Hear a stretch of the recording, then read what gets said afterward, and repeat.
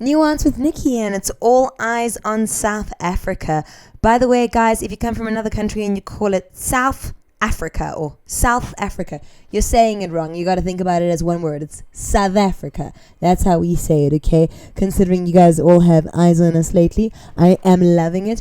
We are just simply eating popcorn. People all over the world making videos about us right now, showing different South Africans that are famous fighting.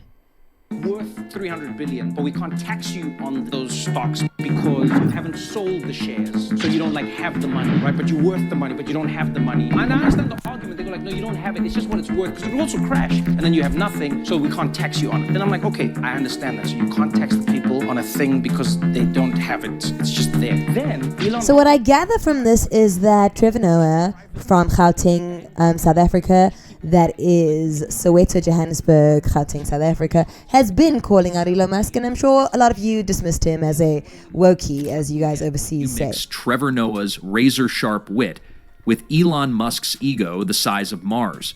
A cosmic roast of billionaire proportions. Trevor isn't holding back. He's spilling secrets, torching Tesla, and dragging Elon. He refers there to Trevor Noah as having razor-sharp wit. Am I understanding correctly?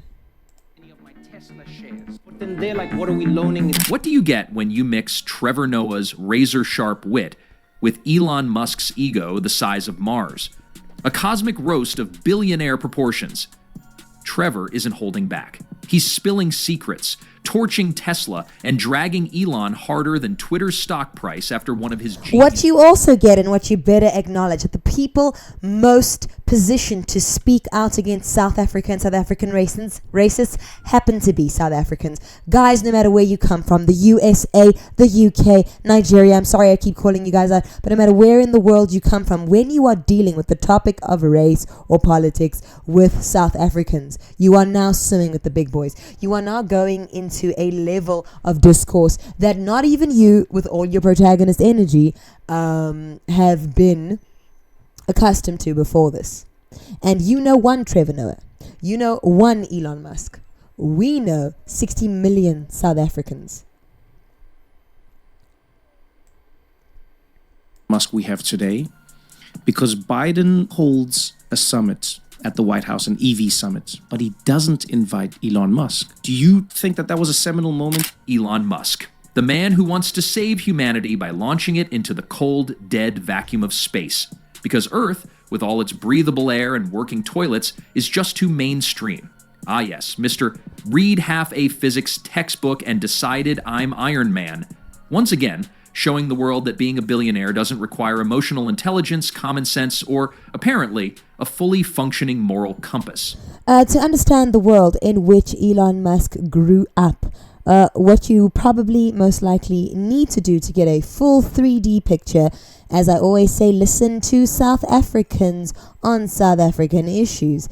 One of the videos that I recommend is going to be in the link in this description. It's called The Dull Tragedy of Apartheid Tradwives. And while it happens to be a girly novel, it really paints the picture of the kind of world the likes of Elon Musk lived in. Let's see if we can catch a second. Once a week for a few months, only while the hairdresser she went to on Saturdays was short of staff, and sometimes a doctor. At 11, dressed and combed with her face on, she would bring the telephone down, which she had used for her morning calls from bed, and which was now to be made available to Susan, that's the housekeeper, for orders to the butcher and the grocer. She would plug the thing in, a hard, sharp, firm plack, followed by a tiny ping, tap across the polished floor of the hall, and then came the dragging sound of the sliding doors as she shut herself into the lounge for the morning with her headache. Sometimes she would ring for a jug of ice. Next on the agenda would be lunch. Because they were linen mats instead of a cloth, and because the lunch was light, as she was dieting to become slim, Mrs. Furman called it picnicking. They had noodles in runny tomato sauce, or curried meat with cakes of snow white rice, or minced fish balls fried in breadcrumbs, and a side dish of tomatoes or a mountains of food, big sprawling mansions in a suburb called Houghton, in which there were 4 servants. Okay, that is the kind of backdrop that the sort of South African that Elon Musk comes from This is what in South Africa is considered middle class, a country with 10 different class groups, right? So that's Elon Musk's kind of normal. And that's what you guys don't get. Meanwhile, South Africans laughing all the way to the bank as very similar to Bromeo and Julius, that is Jacob Zuma and Julius Malema of yesteryear. There has been a breakup in the bromance, and most South Africans are finding it absolutely hilarious. They're laughing, they're dancing all over it, talking about grabbing their popcorn, absolutely leaving our country in stitches. Julius Malema, wherever he is, that's exactly how he is currently feeling right now. A lot of people I'm not shocked at this breakup. I'm not really shocked. What's shocking to me is it took 130 days, and then their supporters are like, you guys need to fix this. People going, no, you're just spreading lies like everyone else. You just like them too bad. I believe that's Donald Trump. People are like, lies. Trump is a Mossad agent and was super close to Epstein. What are the lies? So the video's AI or what? Quick reminder that stupidity isn't necessarily characterized by a lack of intelligence, but a refusal to think. Interesting point there, Maria. Guys need to fix this. I love you both. You need to. So you let one of your 180 kids hang around with an Epstein list guy? Got it. What does that say about you? Ha ha ha, father of the year. Fix this. And what I love about all of this is both of them are very. Why is he doing this? Because he's an autistic narcissist that got his feelings hurt and he's acting like an effing child.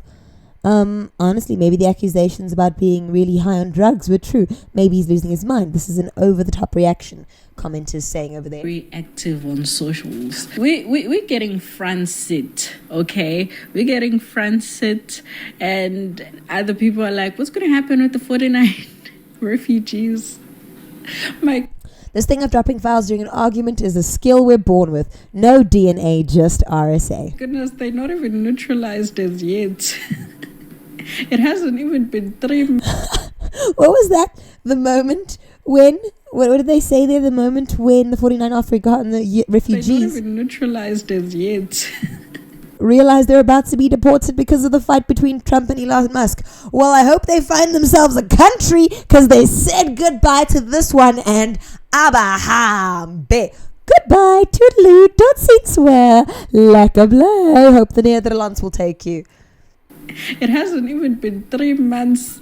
Oh, Lord Jesus. Because now, obviously, it was so obvious that with the 49 refugees and the propaganda that was being spread, it was so obvious where it was coming from. Send them to Zimbabwe. Zimbabwe, you're going to take this one for us. So that person now is throwing tantrums on social media, and it's not going to end well. These are two people with egos. And Nelim Doda saying there, just unblocked Elon. He's going to need us in this looming breakup. I've got the ice cream, the water, the rom-coms ready, eye masks, foot massages, and popcorn. Guys, South Africa has no chill. It's even making news down here in sunny South Africa. So for more on the fallout over Musk's criticism of Trump's tax cuts and expenditure bill, let's talk to SABC News International Editor Sophie Mokoena. Sophie, goodness gracious, this is, as we say, a major breakup in the latest couple out of almost a Hollywood movie. I mean, looking at this fallout on X following the total removal of Musk from any involvement in Trump's administration, what does this all mean? Well, clearly there's a huge fallout. I mean, when you look at what Leanne Manas over there, a very, very well-respected South African journalist. But I just want to thank Elon Musk and Donald Trump for this opportunity to market South Africa. Because meanwhile, while they're having their soap operatic fight, to which I'm honestly new at the time of recording this video, South Africa is winning at everything. South Africa is dominating in literally everything. South Africa is the world's strongest man, the world's strongest woman, the world's #1 surfer, and the world's best master pool player. We also have the reigning middleweight UFC champion and the reigning bridgerweight world boxing champion. A South African also won a gold medal at the International Thai and Martial Arts Games a couple of weeks ago. Plus, we're champions in archery, tug of war, and even gold panning. I didn't even know that was a sport, but I'll take it. A South African dance crew recently won gold gold in a global hip-hop competition. The world's #1 mountain bikers in both the men's and women's divisions are both South Africans. Our men's indoor hockey team are currently ranked 6th in the world, the highest ranking of an African team ever. This comes after they won a bronze medal at the World Cup, also the first African team to do so. We are currently the Women's African Cup of Nations champions, the Under-20 men's AFCON champions, and Rugby World Cup champions. Bafana are currently on an 18-game unbeaten streak and could qualify for the FIFA World Cup. And our relay teams and sprinters have been breaking multiple records and winning medals over the past couple of months. And it's not just sports. South Africa recently won gold at the Chelsea Flower Show, so we also have the best plants in the world. A young South African lady won the Miss Teen Universe the other day, and a filmmaker from Limpopo won the Best African Film Award at the Cannes Film Festival in France. And guys, there is so much more. I literally just couldn't fit everything in this video. South Africa is taking over the world. South Africa is dominating in literally everything. South Africa is the world's strongest. Yep, athletes, dancers, people who plant things, gold panners, white colored and black over there, absolutely dominating. I just want to say congratulations to South Africa. To Elon Musk and Donald Trump, I'd like to say checkmate. And frankly, as usual, I would like to say mind your business and let South Africans mind their South African business. Thank you for joining. This has been Nuance with Nikki.